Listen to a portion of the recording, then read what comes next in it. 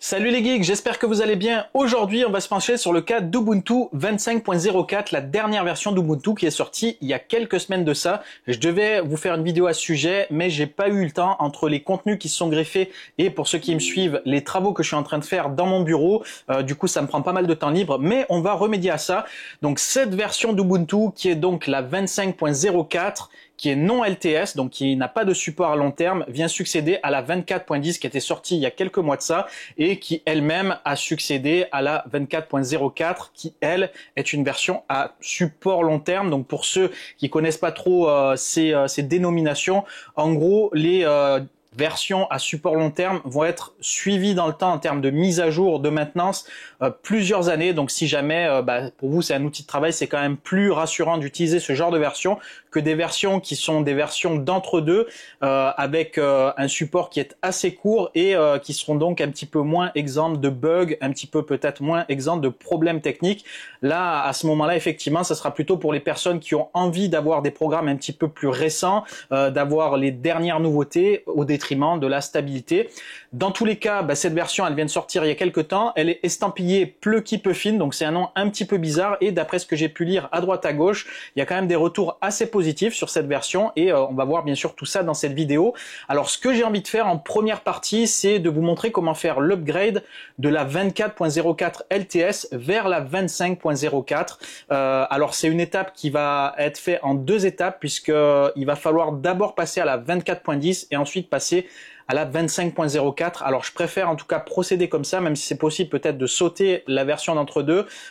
Pour moi, c'est quelque chose de plus fiable puisque parfois il peut y avoir des oublis dans des modifications de fichiers de configuration, etc. J'ai déjà eu des cas par exemple sur du Debian, c'est un petit peu problématique et souvent ça casse un petit peu le système. Donc c'est bien quand même d'essayer de respecter les versions pour éviter d'avoir des problèmes. Donc on va voir un petit peu ce process-là et ensuite bien sûr une fois que le système sera installé, on partira directement voir un petit peu quelles sont les nouveautés. Avant de commencer, je vous prends quelques secondes de votre temps. Si jamais vous connaissez pas la chaîne, n'hésitez surtout pas à aller voir. Il y a plein de vidéos cool à découvrir. Je fais pas mal de découvertes de distribution Linux, mais je parle pas seulement que de Linux. Je parle aussi de Windows, je parle de macOS. Je fais aussi des tutoriels sur tout un tas de choses, des logiciels. Ça peut être des opérations bien spécifiques, mais pas seulement. On parle aussi jeux vidéo, on parle cinéma. Je fais aussi pas mal de tests produits. D'ailleurs, j'en ai des pas mal à vous faire découvrir d'ici quelques jours, quelques semaines. Donc n'hésitez surtout pas à aller voir. Et on commence à avoir une grosse communauté puisqu'on a dépassé les 22 000 abonnés et ça continue de grossir. Donc si jamais vous voulez nous rejoindre et que vous êtes un petit peu passionné par ce genre de sujet, vous savez ce qu'il vous reste à faire, vous cliquez sur je m'abonne. Et au passage, n'hésitez surtout pas à aller voir mon site internet larevuegeek.com qui est le projet associé à la chaîne que je développe par mes soins et que j'alimente également par mes soins.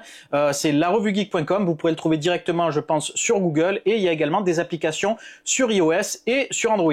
Allez, on se motive, on va se lancer dans quelques instants sur ma machine virtuelle. On va faire une mise à jour depuis Ubuntu 24.04 vers la 25.04. Let's go! Voilà, on est donc sur ma machine virtuelle, donc on est bien sur Ubuntu 24.04.2 LTS, donc la dernière version LTS d'Ubuntu. Donc là, on peut voir les infos concernant mon système. Alors, première chose que je vous conseille de faire si vous êtes en machine virtuelle ou si votre système de fichiers le permet, c'est de faire un snapshot. Un snapshot, c'est un instantané, donc ça va faire une sorte de sauvegarde, une image à l'instant T que vous pourrez restaurer en cas de pépin. Donc là, ici, on peut le faire dans Machine, prendre un instantané, hop, et là, ici, on va mettre par exemple Ubuntu 24.04 LTS. Ah, ça a foiré au niveau des numéros, hop, 24.04 LTS et on va faire fresh install. Voilà, hop, j'enregistre. Donc comme ça, si jamais j'ai un pépin, je pourrais revenir en arrière, c'est toujours très pratique. Alors première chose qu'on va faire, on va lancer le terminal et on va faire une mise à jour des paquets pour voir si jamais il n'y a pas des mises à jour à faire. Donc ça, c'est un impératif lorsque vous faites une mise à jour de version, c'est déjà s'assurer que tous vos paquets possèdent les dernières versions. Parfois, il peut y avoir des modifications au niveau de certains fichiers de config, par exemple, et du coup, ça peut poser des problèmes lorsque vous faites la mise à niveau. Donc là, on va faire un sudo apt update. On va mettre deux signes et comme ça, et on va faire un sudo apt upgrade. On va faire entrer, on tape le mot de passe, on tape entrée. Alors là, j'ai pas de réseau, donc on va corriger tout ça. visiblement, hop, on va faire ça, voilà, là ça devrait remarcher. Voilà, donc là il a mis à jour les paquets, il m'a détecté tout ça au niveau de la mise à jour. J'ai quand même recontrôlé, hop, pour voir si il a bien mis à jour les paquets, parce que c'est possible que ce soit pas le cas. Voilà. Donc là maintenant, une fois que vous avez fait donc votre commande, vous devriez avoir comme ça la liste des paquets qui sont à mettre à jour. On va faire O, on va faire entrer, et donc là la mise à jour va se dérouler. Donc je vais la laisser faire, on se retrouve dans quelques secondes. Voilà, la mise à jour est terminée. Donc là, vu qu'il y a une mise à jour au niveau du noyau, il faut faire un redémarrage et le système il a détecté automatiquement qu'il y a un redémarrage à faire. Donc on va faire redémarrer maintenant et on se retrouve dans quelques secondes. Voilà, je viens de redémarrer, j'en ai profité pour modifier le thème du terminal, je le préfère comme ça, et du coup on va rester sur le terminal puisqu'on va faire encore quelques lignes de commande. Vous inquiétez pas, il n'y a pas énormément de choses à modifier. Première chose qu'on va faire, c'est qu'on va changer le canal de mise à jour pour qu'on passe de la version LTS vers des versions normales pour qu'on puisse bénéficier de la mise à jour 24.10 et ensuite de la 25.04. Donc comme je vous l'ai dit en introduction, on va faire deux migrations en réalité, et ensuite donc on modifiera le fichier source pour qu'on donne les sources de la version suivante. Donc vous allez voir, c'est très facile. Donc là, ce qu'on va faire, on va faire un sudo nano etc update-manager et ensuite c'est release upgrade. Hop, on tape le mot de passe. Et donc là ici on a LTS. Donc là ici c'est spécifié. Là on va mettre normal. Donc on va faire ici hop normal.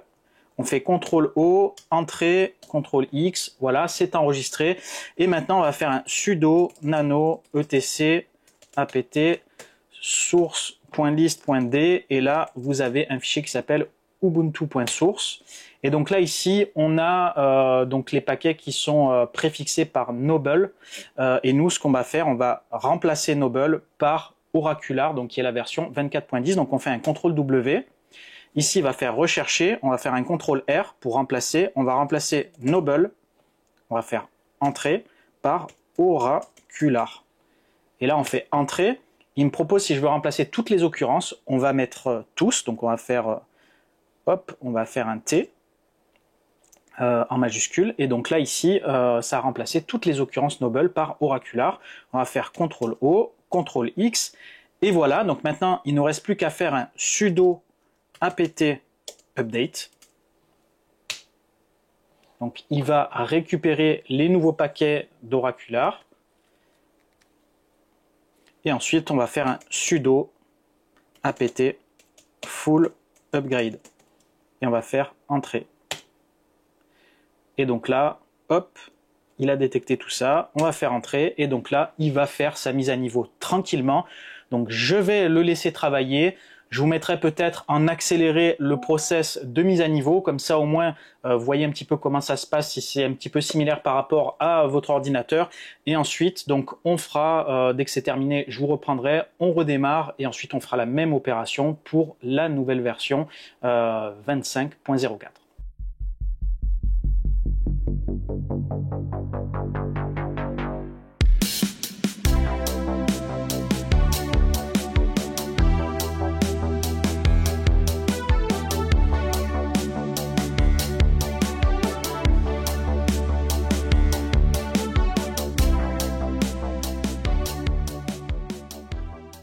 Voilà, mise à niveau terminée, donc on va faire un redémarrage et on va voir si tout s'est bien passé, si on a bien changé de version et ensuite on répétera l'opération. Donc ici, vous faites Reboot, ou vous passez par en haut par le menu principal et on se retrouve dès qu'on a redémarré. Voilà, donc je viens de redémarrer et donc comme on peut le voir, on est bien passé sur Ubuntu 24.04. Donc la mise à niveau s'est bien déroulée. Donc maintenant, on va faire la suivante. Donc pour arriver sur la 25.04.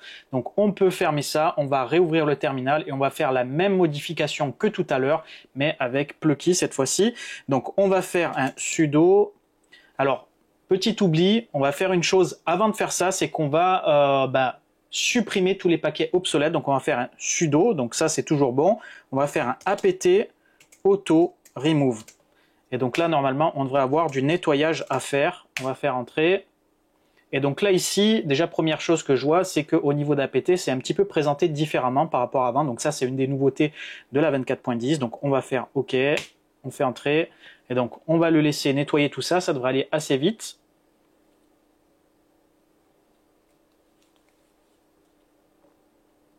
Voilà, et donc maintenant, on va faire un sudo nano etc apt source.list.d. On va aller sur ubuntu.source et ici, on va faire CTRL-W, CTRL-R. On va remplacer oracular, entrée par plucky. On va faire entrée. Ici, on va faire tous. Hop, on enregistre et on va faire un sudo apt update. Donc pour mettre à jour les paquets. Alors comme tout à l'heure, souci de réseau, je vais juste, hop, je ne sais pas pourquoi ça me fait ça, je vais me remettre comme ça. On va refaire sudo apt update, voilà, il récupère bien les paquets. Et on va faire un sudo apt full upgrade, exactement comme tout à l'heure. Et donc là, voilà, là aussi c'est présenté un petit peu différemment. Donc là, il nous donne un petit résumé un petit peu plus digeste qu'avant. Donc c'est quand même assez cool. Et donc on va faire un O. On fait la mise à jour. Donc je la laisse tourner comme tout à l'heure et on se retrouve lorsque c'est redémarré et on pourra enfin faire le point sur les nouveautés de cette nouvelle version.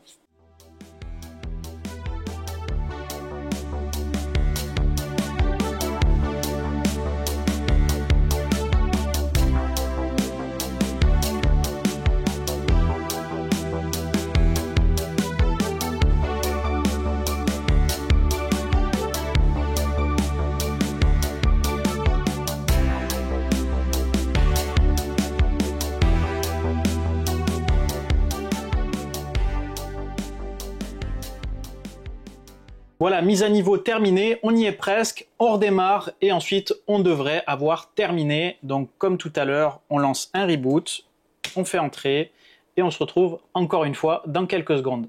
Et voilà, redémarrage terminé, la mise à jour s'est passée nickel, aucune difficulté, on a sauté 2 versions et là on est bien sur Ubuntu 25.04 et regardez, on a notre petit fond d'écran qui a changé. Juste petite chose, n'oubliez pas à faire comme tout à l'heure, on va réouvrir le terminal et on se refait un sudo apt auto remove pour clear tous les paquets obsolètes. Ça va vous faire de la place et ça évitera effectivement d'avoir des paquets qui ne servent à rien. Donc c'est assez rapide et maintenant on va pouvoir se plonger sur les nouveautés du système.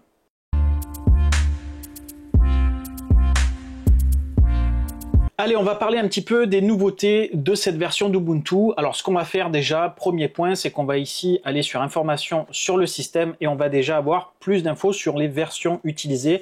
Notamment ici, on est passé sur GNOME 48, donc on va parler un petit peu après des améliorations sur cette version de GNOME et également, comme on fait une mise à niveau, là généralement il y a des aussi versions de noyaux qui se mettent à jour et là donc on est sur donc le noyau Linux 6.14.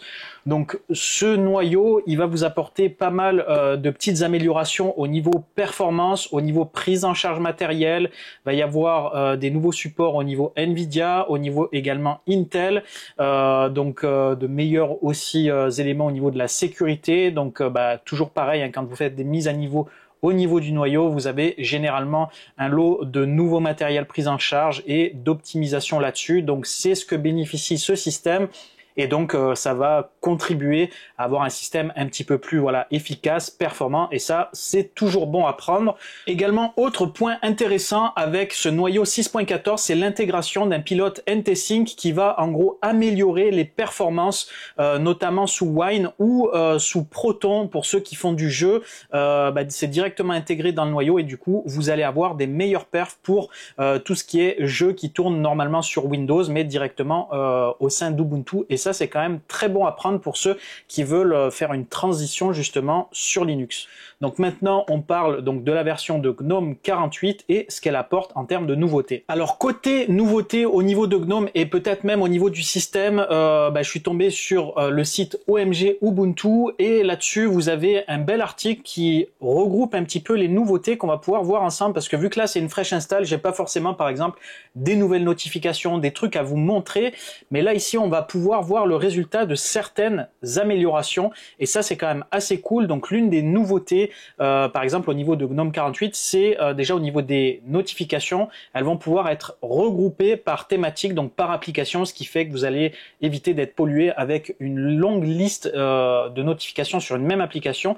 Là ça va être regroupé, donc en gros ça se passe ici, l'espace de notification, et donc ici vous allez pouvoir, comme la vidéo le montre, ici directement, pouvoir les regrouper dans une même thématique. Vous avez ce petit bouton-là qui a été rajouté et qui, hop, va permettre de pouvoir, comme ça, directement les regrouper. Et ça, c'est quand même très pratique. Et vous allez donc pouvoir toutes les fermer ensemble sur une même application et peut-être pas forcément celles que vous voulez conserver, qui vous paraissent peut-être importantes d'autres applications. Et ça, c'est déjà un premier truc assez sympa. Ensuite, autre truc intéressant, alors ça, je pense que c'est directement hérité de chez Apple. Alors ça, on va pouvoir le voir directement. Donc, on va aller dans les paramètres et ici, vous avez une nouvelle option de disponible. Dans les paramètres ici, vous avez bien-être et en fait ici c'est le temps d'utilisation d'écran, ce qui va vous permettre d'avoir un suivi complet du temps d'utilisation que vous faites de votre ordinateur et vous allez pouvoir faire une limite d'utilisation. En gros, ça va vous inciter un petit peu à lâcher un petit peu l'écran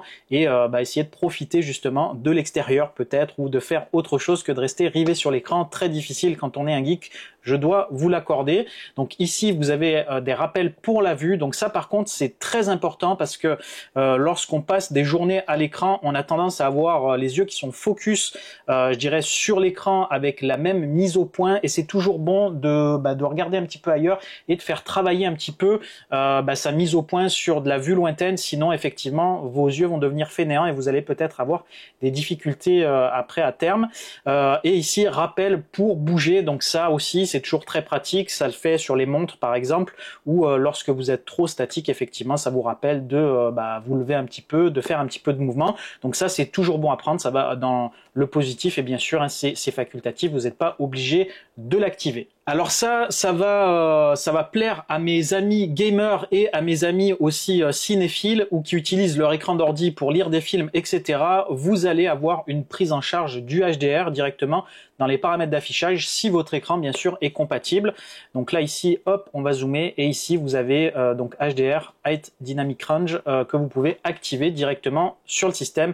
Et ça c'est aussi bon à prendre, ça manquait et c'est disponible sur Windows et maintenant ça l'est également sur Linux. Donc on prend ce genre de choses, sachant qu'en plus donc associé au kernel qui améliore un petit peu les prises en charge de jeu, les performances, peut-être que vous allez pouvoir faire de votre Ubuntu votre nouvelle station de jeu. Ensuite, donc pour terminer, il nous fait une petite liste ici des changements un petit peu plus mineurs, mais qui sont toujours aussi bons à prendre. Donc avec ici un mode préservation de batterie pour améliorer la durée de vie de la batterie. Les nouvelles fenêtres sont désormais centrées par défaut. Vous avez la possibilité d'activer certainement plus facilement des raccourcis, des applications. Et donc là ensuite, voilà, il y a des petits trucs supplémentaires. Et ici, ce qui tombe bien également, c'est qu'il a fait un article un petit peu plus détaillé avec la liste ici de toutes les nouveautés qu'intègre GNOME 48. Donc il a vraiment fait un bon travail. Je connaissais pas spécialement ce site, alors je pense qu'il doit être quand même assez connu, je pense dans la communauté Ubuntu. Et là ici il y a un détail un petit peu de toutes les nouveautés, donc ce qu'on a vu tout à l'heure, et il y a également des trucs un petit peu plus subtils qu'on n'a pas forcément vu, comme ici donc les changements au niveau de l'alimentation. Donc là vous avez les nouveaux modes ici, vous allez pouvoir régler et que vous retrouverez également ici directement à ce niveau-là. Donc moi là ici, est-ce que j'y ai accès? Non, pas forcément. En plus je suis donc sur une machine virtuelle, donc j'ai peut-être pas toutes les infos ici. Donc là voilà les fenêtres centrées par défaut. Donc vous avez des nouvelles fontes également ici disponibles. Voilà, c'est des trucs ça on s'en fiche un petit peu, je pense quand même. Voilà, donc vous avez vraiment tous les détails ici pour ceux qui veulent voir. Je vous mettrai le lien en description. Alors ensuite on passe aux nouveautés côté applicatif. Donc là ici on a un nouveau programme pour lire les documents, donc c'est Papers, donc qui vient remplacer Evans. En fait c'est un fork de cette application là et qui est un petit peu plus moderne et voilà un petit peu ce que ça donne, donc pour lire tout ce qui est PDF, etc. Donc vous allez avoir donc cette application, donc de nouveautés. Donc vous avez ici visiblement des petits visuels on va dire, qu'ils ont été modifiés. Donc au niveau ici des icônes, c'est très très subtil, hein. Vous voyez, je sais pas comment il a fait pour le voir d'ailleurs, mais bon, c'est une nouveauté, donc ça on s'en fiche un petit peu. Vous avez, donc ça c'est un petit peu plus important, un nouveau service de géolocalisation, puisqu'a priori Mozilla a arrêté de proposer ce service-là, et du coup ils se sont basés maintenant sur BeaconDB, donc qui est leur nouvelle base de géolocalisation. Vous avez ici un nouveau Network Manager version 1.52. Donc pour ceux qui l'utilisent, hein, voilà, vous avez une nouvelle version là-dessus. Ensuite ici, donc ça c'est un point spécifique pour ceux qui possèdent une machine sous processeur ARM64. Donc vous allez avoir une meilleure prise en charge, donc support étendu de ce type de machine, et donc vous allez pouvoir installer Ubuntu certainement plus facilement sur ce genre de poste. Donc il y a tout un paragraphe là-dessus, mais en gros, donc si vous avez ce type de processeur là, alors je sais que maintenant il y a des PC portables quand même qui sont de plus en plus équipés de ce genre de processeur, que ce soit sur Snapdragon ou autre, et donc vous allez pouvoir intégrer directement Ubuntu avec une prise en charge améliorée, donc un système qui devrait bien fonctionner. Ensuite, donc on en a parlé brièvement, donc c'est au niveau du noyau 6.14, donc vous avez toutes les nouveautés, hein, que je vous ai dit au niveau de la performance. Donc au niveau de la sécurité, c'est AppArmor qui a subi des améliorations, hein, ce qui va permettre ici d'avoir un système plus robuste. Vous allez avoir donc ici la prise en charge de NVIDIA Dynamic Boost, donc voilà, hein, le support ici sur les ordinateurs compatibles.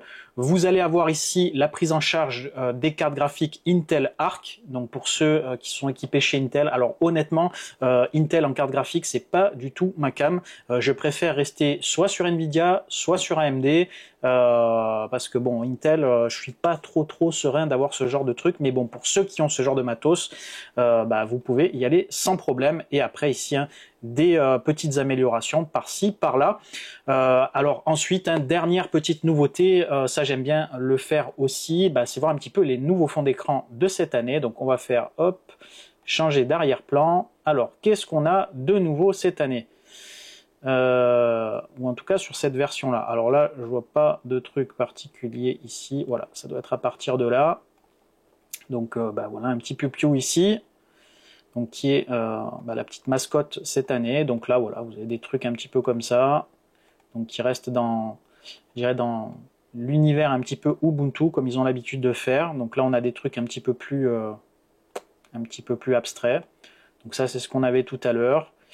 Voilà, on reste sur les mêmes codes couleurs, les mêmes thématiques, hein, donc c'est pas foufou. Tiens, vous avez un truc dédié aux 20 ans d'Ubuntu. Alors je sais pas s'il y était sur la version précédente, mais voilà, on a ça, et ensuite on a ces jeux de couleurs là. Voilà, hein, rien de foufou, mais voilà, on a fait le tour quand même. Donc maintenant, ce que j'aimerais vous faire, c'est vous montrer le nouveau process d'installation, puisque là aussi vous avez des améliorations là-dessus, ou en tout cas il a été un petit peu encore amélioré. Donc on va se faire un process d'installation, comme ça pour ceux qui voudraient se l'installer, vous saurez faire directement, et on va le faire donc en dernière partie.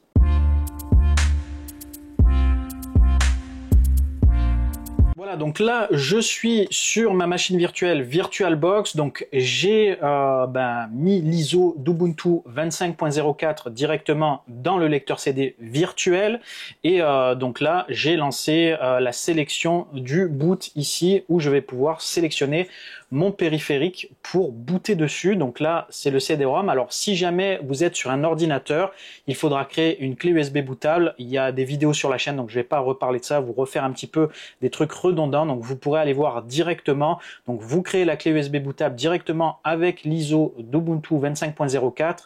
vous pourrez la retrouver sur le site officiel d'Ubuntu. Pensez bien à prendre la 25.04 qui est en dessous, pas la 24.04 LTS, sinon effectivement vous n'aurez pas ce système là.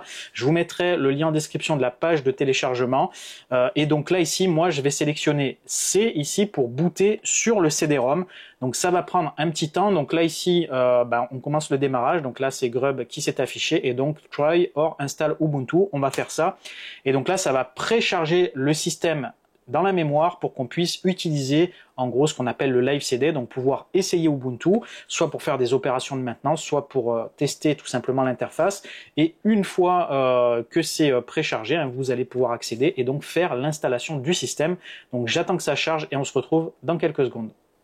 Voilà, le système vient de se charger et on arrive directement sur une fenêtre de bienvenue. Alors là, je vous ai zoomé un petit peu l'écran, donc je me suis mis en 200% pour que vous y voyez mieux. Et donc là, on va commencer comme d'habitude par le sélecteur de langue. Donc on va faire suivant. Donc là ici, accessibilité, donc vous allez pouvoir ici choisir des options d'accessibilité en fonction de vos problématiques, soit problématiques de vision, d'audition ou autre, donc pour améliorer un petit peu votre utilisation. Donc ça c'est très très bien. Donc on va faire suivant ici, donc là le clavier, il détecte automatiquement le français, donc on peut continuer. Donc là ici, utiliser une connexion câblée, donc moi je suis en câblé, c'est très bien. On peut, si on veut squeezer la partie se connecter à internet, si jamais on ne veut pas forcément lancer des mises à jour ou autre, on veut rester hors ligne. Donc là ici, soit vous installez, soit vous essayez Ubuntu pour voir un petit peu ce que vous voulez faire. Donc on va nous faire installer Ubuntu. Donc là, deux options à vous, soit une installation interactive guidée, soit une installation automatisée pour ceux qui ont un fichier. Bon, ça peut être intéressant pour les développeurs qui ont des trucs un petit peu tout faits, qui ont beaucoup de distributions installées, ou également pour tout ce qui est administrateur également, qui ont des fichiers comme ça préinstallés. Donc là, on va faire interactive. Donc moi, je vais faire une installation complète avec toutes les applications. On va faire suivant. Donc là, moi, je vais installer les pilotes tiers, tout ce qui est aussi prise en charge de codecs qui ne sont pas forcément pris en charge par défaut. Donc, on va le cocher. On va faire suivant. Donc là, je vais faire effacer le disque et installer Ubuntu. Donc là, je fais un effacement parce que la vidéo que j'ai faite était donc sur ce système-là et du coup, je vais tout effacer. Hein. C'est un système qui est vierge. Pensez bien donc à faire une sauvegarde ou autre si jamais vous aviez déjà un système dessus et que potentiellement vous voulez récupérer quelques fichiers. Donc hop, on fait suivant. Donc vous pouvez là par défaut donc chiffrer directement le disque et donc ça c'est une option de sécurité quand même très très intéressant. Alors sur une machine virtuelle, c'est pas obligatoirement nécessaire si vous chiffrez, on va dire, le disque système sur lequel est hébergé le logiciel qui va gérer votre virtualisation, mais ça mange pas de pain, vous pouvez le faire si jamais vous voulez rajouter vraiment une surcouche de sécurité.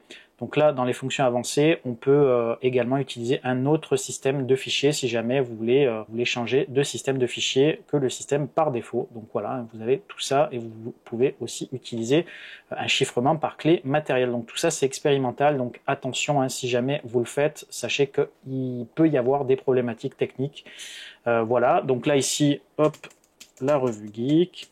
Donc là ici, je vais mettre VM Ubuntu.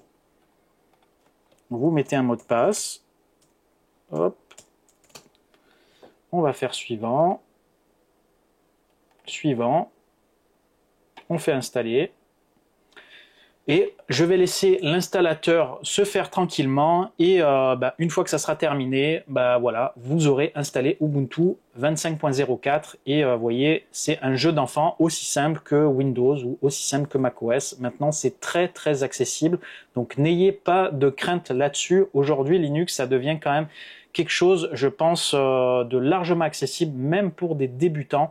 Ils ont vraiment fait de gros efforts là-dessus, même si parfois je fais des trucs en ligne de commande, très souvent on peut les faire aussi directement depuis ou l'explorateur ou depuis une application, mais moi j'aime bien un petit peu utiliser le terminal que je trouve très pratique.